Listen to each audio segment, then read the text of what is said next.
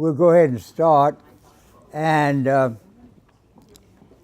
first, I want to present an idea to you. If there was an organization, an international organization, that was trying to find the most blessed one on earth, earth. BMBOOE,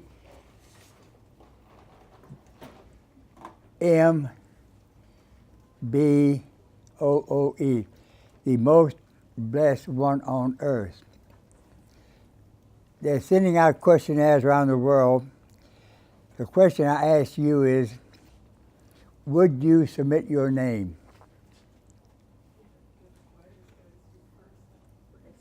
No. Think about it. The most blessed one on earth. In my case, I not only would submit my name, if I didn't win, I demand a recount. I like to relate the seasons of the year to the seasons of my life. And the first is the green awareness. And the springtime of life, all of a sudden you're aware of green leaves, you're aware of the tulips coming up, and azaleas. We're Azalea Town. You become aware of new things. And as far as my human life is concerned, with each of you, when did you think you first became aware? Suggestions. When did you first become aware? Aware of anything? Aware, just aware. Just aware. When? When you were younger. No, young. Keep going. No, maybe, well, I don't know. Keep going. 50s? No. 30s? No. Begins the minute you were born. Oh. All I went the wrong way. That's right. But imagine the shock. 9 months of no worry at all, warm and comfortable, and all of a sudden, boy, there's light and the air. You breathe for the first time, the shock of air, and the feeling of touch and of voices. You hear a human voice. I was born in Okolona, Mississippi, at home. And my grandmother was in the room at that time. She was very politically minded. So I suspect the first human voice I heard was her saying, "I hope you'll be a Democrat." Helen Keller said she wished every adult could be deaf and blind for 1 month. Wow. But then you appreciate sight, hearing, touch. So I love being old because I make a habit of that. I have a rule that before I get to the bathroom every morning, I have to say 10 wows. You know, I can see my right eye, my left eye, they can focus, wow. And then I feel the bed cover, I can tell the difference between the sheet and the blanket, wow, I can hear the clock ticking. And so by the time I get to bed, and I turn the light on, and wow, the light comes on.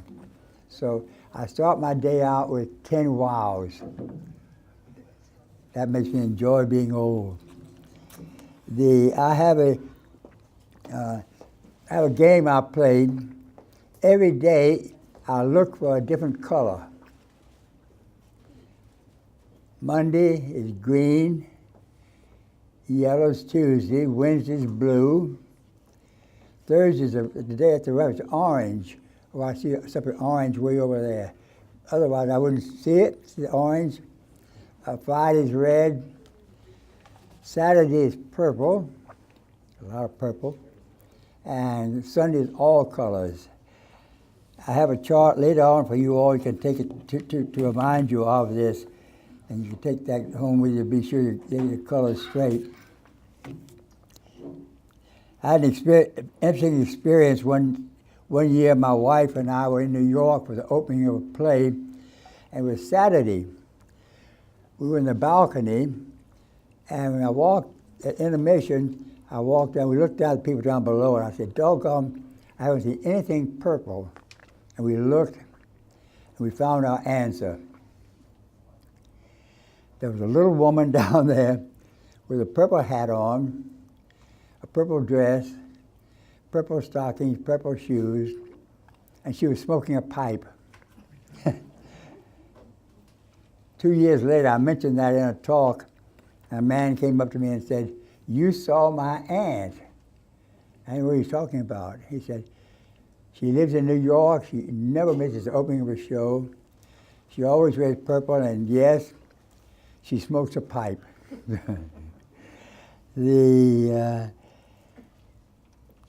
One thing I noticed, years ago I did a Buddhist retreat in Japan. And one day in Kyoto, we had a free day. We all went our own way. And that night, we got together to talk. The women had noticed what all the other women in Japan were wearing. And an engineer was amazed at overhead wiring in the commercial area of Kyoto. One woman saw 6 birds she'd never seen before. And I saw some of the most beautiful bonsai trees that nobody else saw. And you know what that proved to me? What do you think? You see what you're interested in. Yeah, isn't that it? The less interest you have, the less you see.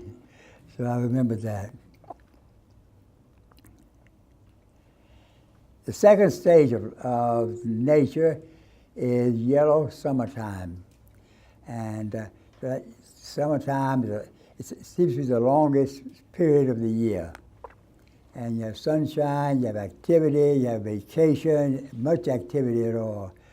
And in my life, the achieving stage, that was the longest. And it was a period of constantly, it began the first time I waddled across the floor, unattended, achieving. So I've been periods of being, competing against myself and against others.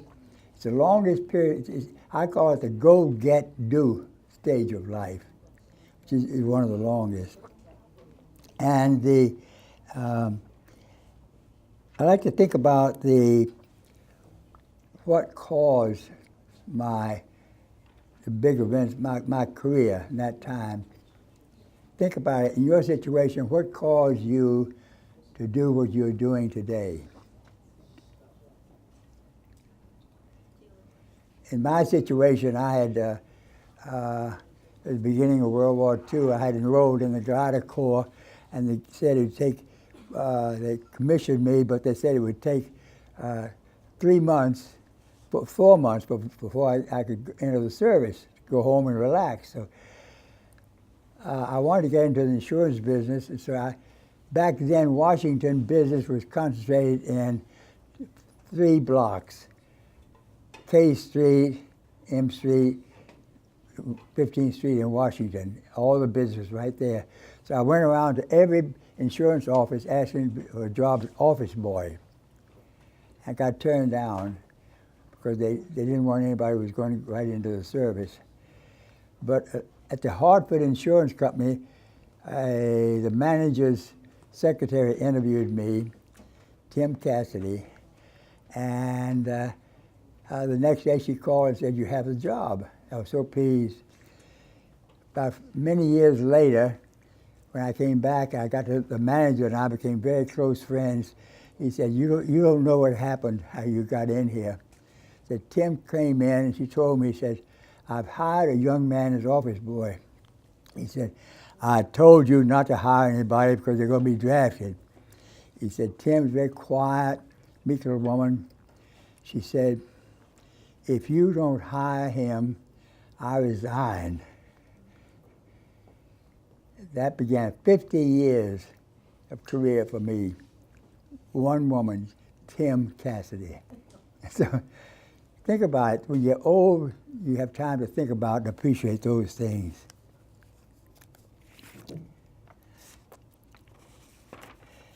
The third time of life, I'll give you a clue.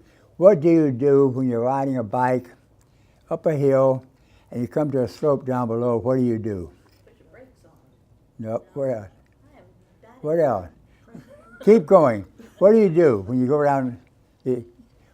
Go down and slow down. What do you do? You coast. Right. Oh, a winner. So that's when you're satisfied with the go-get-do stage of life, the coasting time is very important. And I always say, do all the travel, get all the things off your bucket list you can. I did all the travel I wanted to then.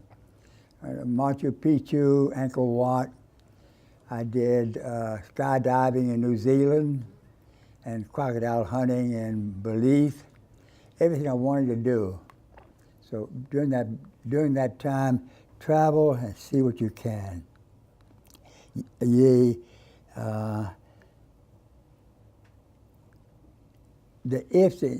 Think about the ifs in your life that really changed your life. For example, in my situation, if a lovely lady from Spain in Barcelona had offered 2 trips, vacations, one to visit friends in North Africa, the other was to come to friends in America. If she'd chosen Afghanistan, Africa, it would have been terrible for me.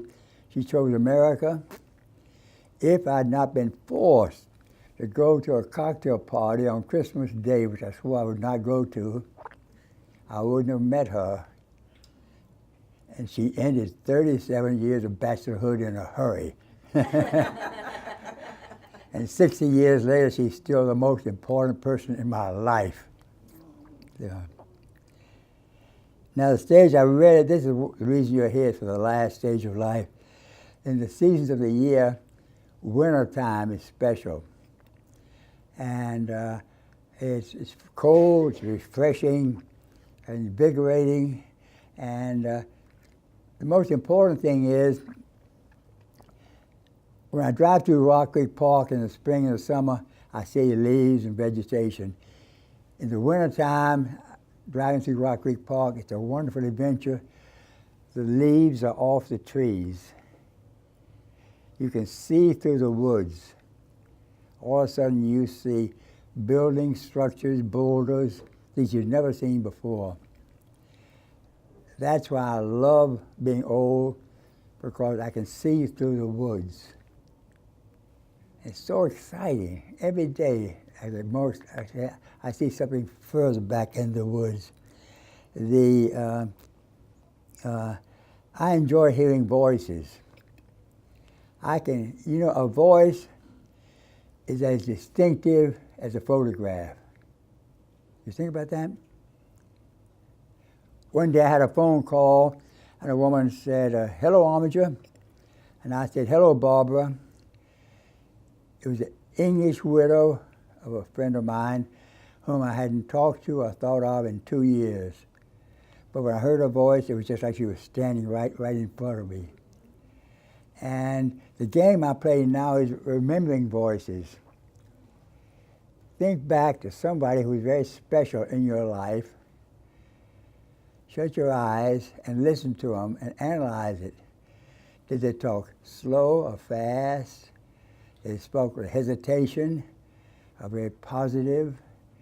And it is a example I can think of. Nanny Mays Crump, who in Gulfport, Mississippi, was the biggest gossip on earth. And she would introduce anything she was going to say by saying, "I'm not sure that this could be true, but it could have happened, and maybe it's so, and I think maybe I shouldn't tell you, but I think I'm going to tell you anyway. And did you know that?" And then she'd tell the gossip. And then Mrs. Heiss, who's a town historian, she'd say, "Now, Armiger, you listen to what I'm going to tell you. This is very important. Don't you ever forget it. You remember what I told you, and this is what I'm going to tell you." That was her introduction. So I could hear her voice saying that. And the one that I really enjoyed was Mrs. Matthews, who was my neighbor next door. She's a quiet little woman, very shy.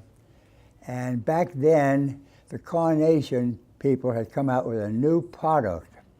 It was called Pet Milk. Anybody remember Pet Milk?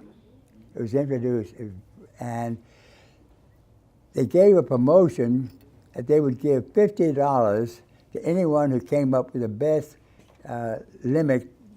best rhyme to advertise Pet Milk. Back then, $50 was like $250 today. You know what a postage stamp cost in 1932? How much? Penny. 2 cents. 2 cents. Keep going. 1? Keep going. It was free? 3 cents. Oh, 3 cents. It's going down. All right, she hit one. I got a winner. Wow, cost 3 cents. And she came over to our house, and she was very shy, but she said, "I want to tell you something that happened." Said, "I opened my mail this morning, and there was a $50 check from Carnation, and it said, 'Although you realize we cannot publish what you wrote, we think it is worth $50. And he said, "This afternoon, my 12-year-old son, Dickie, told me he had sent in it in my name." And she said, this is a verse that made $50. It said, "No tits to pull, no manure to pitch, just punch a hole in the son of a bitch."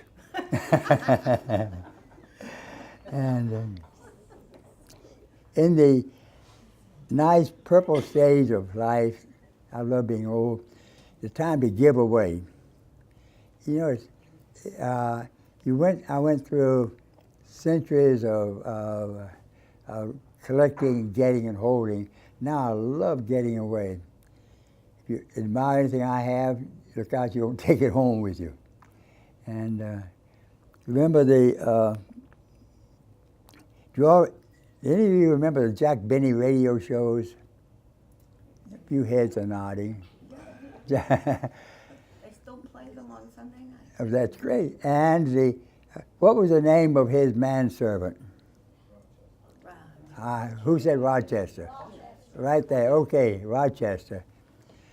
I think one of the funniest shows he had when some friends came to visit Jack and he wasn't there. And they were talking to Rochester. And they said, "Rochester, why is Mr. Benny so stingy? Doesn't he know he can't take it with him?" And Rochester said, "If Mr. Benny can't take it with him, he ain't going."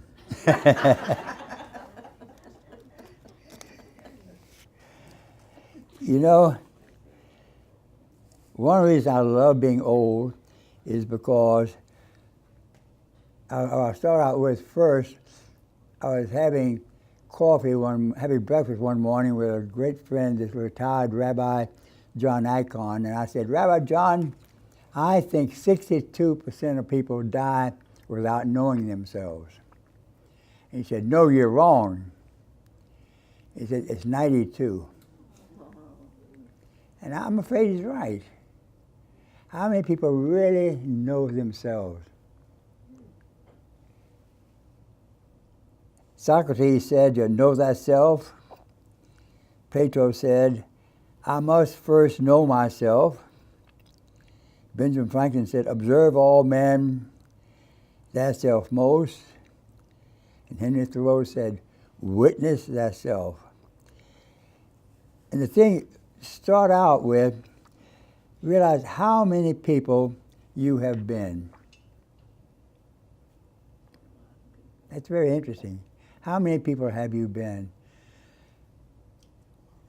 And And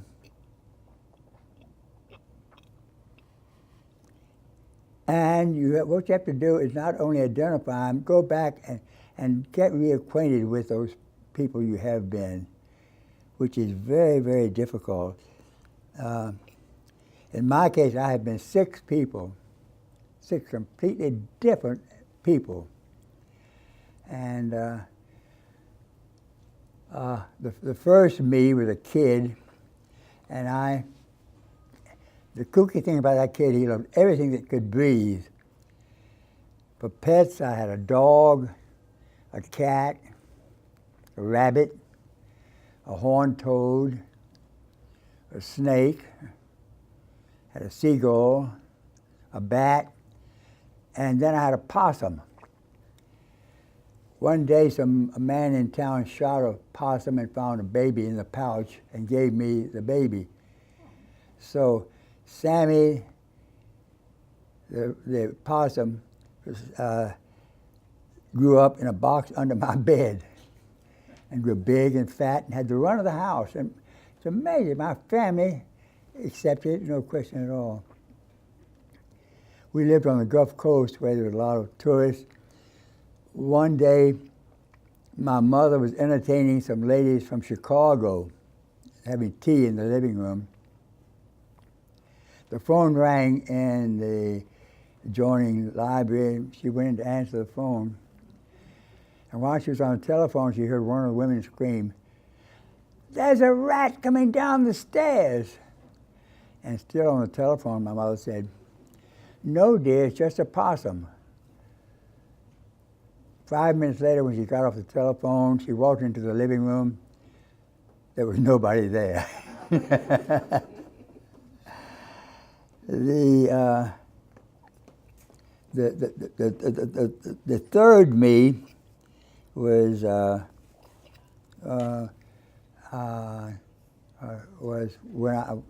I was during World War II, when I was flying missions, and if that man walked in the door that walked there, I wouldn't know him at all. Absolutely crazy guy. And we would fly over 70 missions and never lose a minute's sleep. Think about the mission the next day. I loved it. And yet that character is part of me. I'm wearing this shirt to prove a point. My wife hates this shirt, but look, each is a different pattern, but put them all together to become a shirt. And that's who you are. Each of you, what somebody has said, what you did, the experience, all of that makes you who you are today. Yes? I know we're all enjoying it. I see everybody is spellbound, but we do have another speaker Okay. scheduled. Okay, good. We'll get the next speaker out of the way. So, the one thing I want to talk about is I always say, if I give you a choice, something that you cannot answer the question. Find me an ordinary person. There ain't no such thing. Everybody's completely different, and all you have to do, if you want to find that other person, ask 4 questions. Say, tell me about you. You're opening a door into the house, you can walk right in. Tell me about you. And humor is one of the most important things you can go through. It's the doctors say you need 8 glasses of water and a good belly laugh every day. And I think of things I've done that give me a belly laugh. One day my daughter was engaged to a fellow whose father was a businessman in Tulsa, Oklahoma. He was coming to Washington and wanted to meet us. That afternoon I was waiting for him. He showed up at the house, and he had a very dapper little fellow. I brought him in the house and gushing like only a Southerner can do. I told him, we're blending our families together. It's wonderful having you here. So wonderful. Come on, have a drink. and he was very nervous.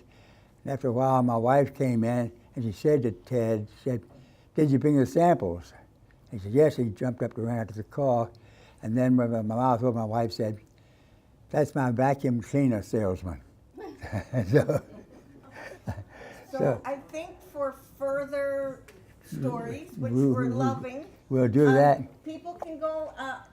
Armiger is selling his books over by the wall over there, and you can have a nice chat with him.